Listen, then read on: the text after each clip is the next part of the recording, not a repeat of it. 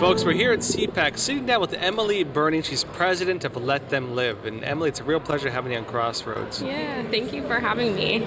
So I understand your organization, you're focused on the rights of unborn children, but also focused on helping expecting moms kind of make the decision to have their kids and bringing some different viewpoints on a lot of the concerns they might have these days. What are some of the main topics you're focused on with that? Yeah, I think, the pro-life movement has been really focused on, the unborn child and rightfully so. And so Let Them Live kind of takes a unique approach in that we really focus on the needs of the woman who is, in that pregnancy. Ultimately, she's the one, walking into that abortion clinic and making that abortion decision and having to face that decision. And so we really shifted our focus, and we wanted to make sure that women don't feel like they need to choose between, making their rent or paying their car payment and their unborn child's life. And so really that's where we come in with the financial support for women that are facing that abortion decision, so they don't have to make that choice, so that they can be a mother and take care of their finances and make sure that they are stable and can take care of their family. So, imagine a woman goes in and she says, my boyfriend left me, I don't know what to do, I'm alone, I'm worried about my future, I have no other choice. What do you tell her?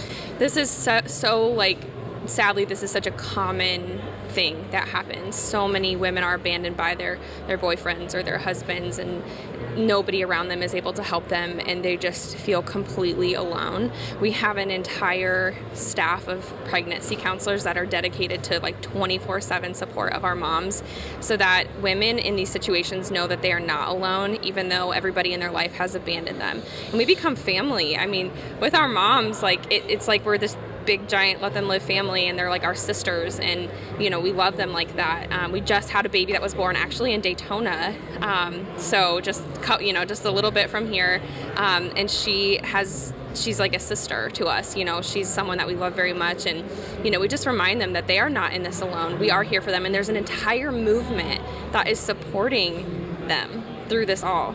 And so what kind of support do you give to them? We do major financial support. So we crowdfund money for individual moms, and we'll do rent payments, car payments, groceries, any bill that you can imagine that a mom may be having trouble paying. Maybe she lost her job. We also help with education, so getting through their classes. If they need a laptop to do online class, we help them with that. We also provide, on the other side of things, we also do financial counseling. So we have a volunteer who works with our moms to do the Dave Ramsey Financial Peace University with them, to get them kind of a better understanding of saving and budgeting, so that they can be left better off than when they came to us. And we also provide a full registry for all of our moms, so that they have all of the essentials, everything that they need when their baby comes, and just that emotional support. I mean, the financial support and all the material resources are there, but really what bolsters that is the emotional support that's there for these women. Anytime they need us, they can call us, they can text us, they can reach out to us and know that we love them and we're here for them. Now, you're president of this organization. How did that happen? How did you, to make this decision to lead this organization? And what was your story with this? Well, my husband and I started Let Them Live together, and I've always, for a while, I've just wanted to start a pro-life organization. And I remember starting Let Them Live with Nathan, not having any idea of what Let Them Live was going to do or what we were going to be. And one night, we had just gotten married, we didn't have a lot of money, and it's 3 a.m, and Nathan nudges me awake, and he's like, hey, are you good if we send $1,200 to this mom who needs it? And I'm like, that's what we have in our bank account at that point. So I said yes. He had found a woman on Facebook who was asking for advice because her cousin was having an abortion. And the reason was because it was financial.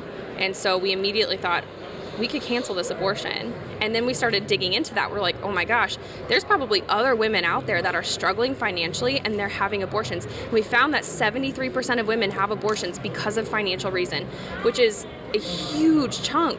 It's a huge chunk of people having abortions. So we realized those abortions are 100% preventable, and we know that if we can crowdfund and we can put these stories out there, that people will want to participate in saving lives from abortion. And so when somebody donates to let them live, you know that you're saving a life from abortion, and you are going to see a child born because of your donation. Now, usually with these cases, you deal with that. And these are women, I assume, who don't want to have the abortion, but they feel pressured to. Is this what you're seeing? That's typically what it is. Yeah, they feel backed into a corner. They don't see that there's any other way. They don't feel there's any other option. They are scared to death. And the culture that we live in tells you if you have even the slightest problem and you're pregnant, you can just abort. Problem solved. I mean, this is the culture that we live in. So, of course, this is kind of the first thing that they go to. I mean, they also have, if their boyfriend abandons them, or even if their boyfriend is still in their life, a lot of times there's a pressure from him as well to say, I'm not going to stay with you if you keep this baby, or I will pay for the abortion, but I won't pay for anything else. So we have a lot of different scenarios, but ultimately it's like a pressure that she feels. And so we just try to relieve that burden so she can think more clearly. And at the end of the day, of course, they're very grateful that they chose life because they have this beautiful baby, and they're glad that they didn't succumb to this lie that they couldn't do it. Now, I assume you deal with a lot of women who, have had their babies and gone through the whole process, and you mentioned they kind of become like a sisterhood. You kind of stay, close together. What are some of the common stories you've seen? Any stories in that really stand out for you, people you know? Well, last year I talked about Atoria, and we were doing the interview, I think, and I had to go to the airport because we were flying out for the birth of her baby boy. Well, right after CPAC this year, we're going to California because he's celebrating his first birthday. So it's amazing. I mean, just the parallel there. I mean, you go from having this woman who's 20 weeks pregnant living in her car planning to commit suicide after her abortion to now we're celebrating his first birthday, and we're family with them.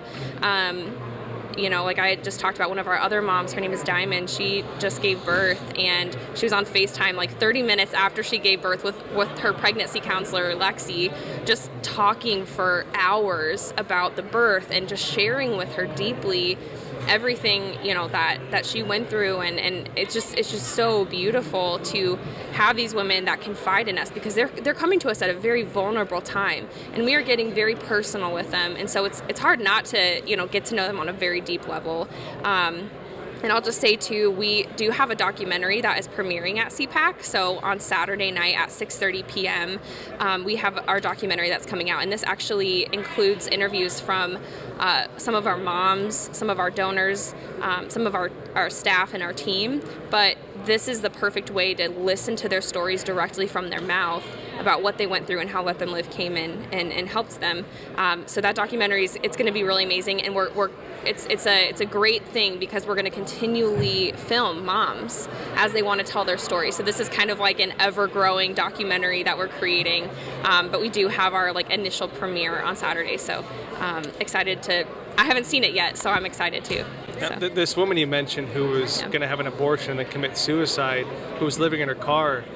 What happened with her? I mean, how did she get out of that situation? I mean, that is kind of like the worst case scenario for a lot of people thinking about this. What happened with her? It's rock bottom, and we ended up reaching out to her, and we were essentially, we knew she wanted to take our support. She was so back and forth. It was really difficult to get her just in the right headspace to accept our support. And we basically told her, we love you, and it's okay to take help. It's okay to take help. I personally understand how hard it is to take help. I don't like taking help, so I get where these moms are coming from. So I told her, it's okay, there's no judgment, we love you. And after a while, she still had the abortion scheduled, and we were running a fundraiser for her, and then Nathan and I hopped on a flight to California, and we were like, hey, we're on our way. So don't do anything, we're going to be there, we're going to love you, you don't have to go through with this abortion. And she canceled it. And I think all she just needed were people to love her. And I think that it hit even harder home because you have strangers, reaching out and supporting, a mom. It's pretty intense. So we reached out to her, we were able to get her out of her car, get her, back on her feet. She actually lived with us last summer. she and her baby boy Kiari. So that was a really cool experience. That's a testament to how close we get with our moms. Like, our home is always open to them. And she gave birth, and we were in the delivery room, and the fact that it's a year later and he's walking and he's starting to talk, and I mean, what a transformation from the woman. I've seen such a transformation of Vittoria, from the woman who was 20 weeks pregnant in this very dark place to having the most joy because she has this beautiful baby and she's doing better. I mean, she's doing better financially. She's doing better emotionally. It's amazing to be a part of that, and to see that transformation. You mentioned that finance is one of the biggest reasons that women have abortions, close to 75%. Mm-hmm. Do you also find that feeling alone or abandoned or lacking support from within their social environment, do you feel this is also a big part of that as well, or do these go hand in hand? Yeah, for sure. They definitely go hand in hand too, because a lot of people, when they are in a financial struggle and then a child is thrown into the mix, a pregnancy occurs, everybody gets scared, and then they start to think about, oh my gosh, like all these bills, and then they start to run away. So you have this woman who's dealing with this, and either her family can't or won't support her, and then she's left with nothing. We've had women who are kicked out of their homes by their parents or their grandparents. They're told, absolutely not, you cannot stay with us, you need to figure it out on your own. Like we talked about, the father of the child, abandons the mother, or had situations where he goes to jail, or there just is nothing there for them. And so for the moms, Let Them Live can be kind of a safe haven in a way for them to know that they are not alone. And even though we're not always there in person, we do make sure that they know that they're loved and supported. And we do partner with pregnancy resource centers, because that in-person support is also very crucial. So we want to make sure that those moms have support in person if they need that as well. So there's just a bunch of people in the pro-life community that surround her and kind of take the place of her family, or bolster that support. And just thinking about this kind of blows my mind, because the pro-life movement is often framed as like anti-pro-choice, yeah. but if a woman's choice is to have the baby, but it's outside issues forcing her against what she actually chooses, which would normally be to have the baby, then it blows my mind that organizations that are so focused on, freedom of choice don't support movements like yours. Exactly. And the cool thing about Let Them Live is we are actually starting to see a bridge between the pro-life and pro-choice side. In the last year, we've grown a lot. We've also grown in pro-choice supporters and donors. So we have people that are so-called pro-choice that support abortion, but they support us because they see that it's another choice. I don't necessarily agree with them fully, but I do think that we have a unique opportunity to kind of stop the crazy noise around the conversation of abortion and put that aside so that we can all band together and help that woman that is facing that decision. Yeah. Well, if it's really 75% of women who would have their kids were it not for the circumstances they're in, a movement to actually help them really seems like something that's needed, and I could see both sides getting together on that. Yeah, well, circumstances are so temporary and abortion is so permanent, and I think that's something that needs to be talked about more. And you're right, it's a huge percentage, and those are all preventable if the circumstances were just taken away. So you're right, we could all just band together on that, and that's my hope. That's my hope, that Let Them Live can not only support moms, but also just gather the people needed to support them. And that's an important statement, that circumstances are temporary, but abortion is permanent. Do you really see a lot of women changing their circumstances over time? Oh, yeah, absolutely. And in our documentary of our moms, I've seen little clips of their interviews during the editing process, and they talk about how in that time they were just so clouded. There's just a lot going on. But now they've come out of that, and they're really glad they made that, life decision, because those other problems have either gone away or dramatically subsided. And so that's something super important for anyone facing, an unplanned pregnancy, to remember, is that whatever situation you're in, that is not going to be like that forever, especially if you have the support like Let Them Live or other pro-life resources that are out there to help you get through that. But abortion, man, that is not only permanent, because you're ending the life of a human being, but it's also permanently scarring the woman emotionally, physically, mentally. I mean, in so many ways. This idea that you can just have an abortion and it's just going to be all over with is such a lie. Women hold the burden of abortion for years, tens.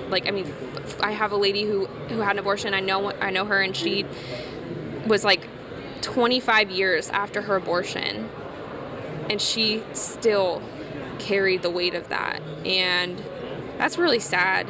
And that's such a lie that we're being told in our culture. And so Let Them Live, we're trying to defy that. We're trying to tell women, you are capable of doing this. You are strong enough to do this. And that's why we're pro-woman. And that's why I think this entire idea of abortion is so anti-woman and anti-feminism, because women can do it. They are capable. They are strong. They don't have to make an abortion decision simply because of their circumstances. Emily Berning, real pleasure having you on Crossroads. Yeah, thank you so much.